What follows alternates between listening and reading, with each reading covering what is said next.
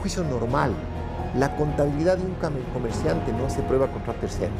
O sea, yo comerciante puedo decir, Juan Pérez me debe $200 y eso no hace prueba contra Juan Pérez, porque lo escribí yo.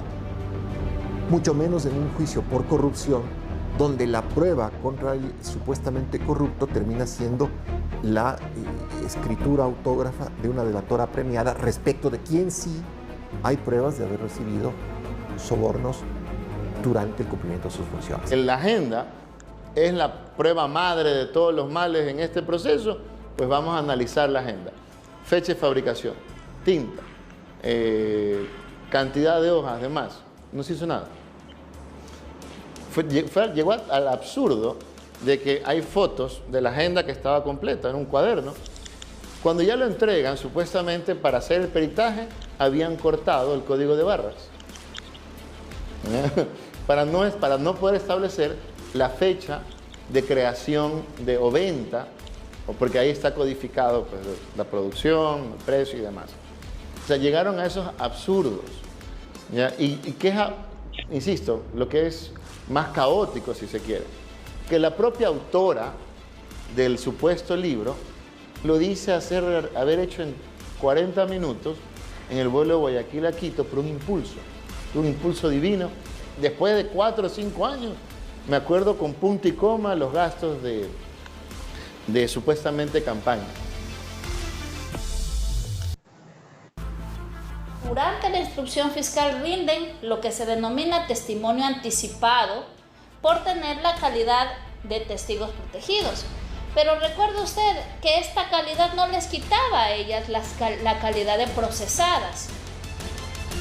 Y de acuerdo con nuestra legislación ecuatoriana, textualmente, la persona procesada tiene el derecho de rendir su testimonio cuando así lo desee, sin obligación de decir la verdad. Sin obligación de decir la verdad, y además no lo rinde bajo juramento. En esos términos, las doctoras rindieron su testimonio sin juramento y sin obligación de decir la verdad. Dijeron todo lo que tuvieron que decir, y cuando las partes, las demás defensas, les quisimos interrogar, ellas se acogieron a su derecho de guardar silencio porque eran procesadas. Quien ejerce está en el poder, dispone a las personas que ejecuten una disposición. En tal virtud que no vamos nosotros a encontrar, por supuesto, la suscripción de un contrato, porque no necesita, porque para eso tiene su ministro, porque para eso tiene su secretario, para eso tiene su asesora, para que registre, para que coordine y haga las reuniones. Imagínense que desde las estructuras organizadas delictivas se tenga que el líder máximo realizar las acciones operativas. Así funciona el crimen organizado. La fiscal decía, y salió sin desparpajo, sin ningún tipo de objetividad, con una vehemencia que no es que no responde a un funcionario público, a comparar a Rafael Correa con el Chapo Guzmán, a compararlo con Hitler, a comparar a todos los funcionarios públicos con narcotraficantes, con asesinos. O sea, ¿cómo es posible? ¿Cómo se puede esperar si desde la cabeza de la persecución pública, penal de este país, se refieren en esos términos a un ser humano? ¿Cómo se puede esperar que se genere justicia? Creo que lo máximo que le han dicho, creo que es $6.000 que recibió de ese fondo de sobornos, le llaman, antes llamaban arroz verde, ¿no? Que le dieron $6.000, ¿no? Bueno, pues eso es absurdo, ¿no? Decir que un presidente recibió $6.000 y que por eso él tiene una responsabilidad penal, ¿no? Claro, la intención de eso es decir, es que él armó todo ese aparato. Pero ¿dónde están las pruebas de que él se benefició de eso? Esos $6.000 fueron o tienen su origen en un préstamo a un fondo de solidaridad que existió hasta el año 2015 en la Presidencia de la República. Y eso consta en las declaraciones incluso de Pamela Martínez. El presidente Correa le dice, tengo necesidad de hacer un pago, quiero que se me facilite algún dinero, y se le presta del Fondo de Solidaridad $6.000. $6.000 que fueron devueltos. El Fondo Solidario, yo incluso esto yo ya le adelanté a la fiscal, le dije, yo lo voy a presentar completamente separado, porque el Fondo Solidario como tal, yo no le encuentro un piso jurídico que a mí me haga detectar, ni criminológico que me haga detectar como una actividad ilegal. Eso ya le corresponderá a la fiscal. Pero para mí no lo veo como tal, porque era un grupo de personas allegados al presidente que entregaban dinero y bueno, es como decíamos como asistentes, como que entre las dos nos vamos a poner, cada mes vamos a poner esto y ese va a ser nuestro fondo. Pero yo entiendo que el fondo tenía una orientación netamente humanitaria.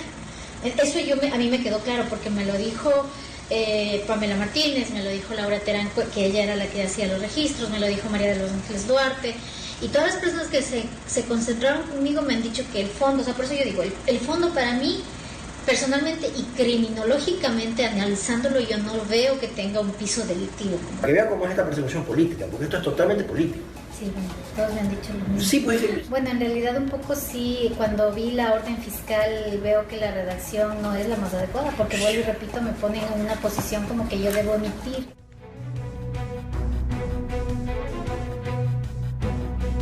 Cuando llegamos a la audiencia de juicio, la Fiscalía renunció a todas sus pruebas. En el momento en que se gestionó la aportación de documentación, los testimonios de las personas que fueron a hablar, la Fiscalía al número 20 dijo, no necesito más. ¿Y qué pasó pues con los 200 indicios que nos habían bombardeado durante meses y meses los medios? Propusimos que declare Concienciado Santos, que era el representante de Odebrecht en Ecuador. La Fiscalía y la Procuraduría se pusieron de acuerdo para generar la impunidad de Odebrecht, diciendo que no cabía un procesamiento en Ecuador por el non bis in idem, que significa, para los que no están obligados a conocer este latinago, no ser juzgado dos veces por los mismos hechos. Porque se sostuvo que había sido en Brasil condenado por los sobornos de Ecuador. Se hacen una serie de inferencias falsas en el proceso para llegar a la condena. Se dice que el expresidente Correa le exigía dinero a Concienciado Santos. Nunca declaró Concienciado Santos que el presidente Correa, ni siquiera dice que lo conocía o que se haya reunido con él. Por eso era importante la declaración de Concienciado Santos en el proceso. Los argumentos de Fiscalía pesaron más en la decisión del Tribunal de Apelación de la Corte Nacional de Justicia y con ello se vino la resolución que confirma la autoría del cohecho agravado en contra del expresidente Rafael Correa y 19 procesados más. Los jueces cambian el concepto de autoría, cambian de autor mediato en estructura jerarquizada de poder a autor mediato por instigación a través de influjo psíquico. Eso hicieron los jueces y eso rompe el principio de congruencia, eso es ilegal, porque tú tienes que saber de qué te defiendes.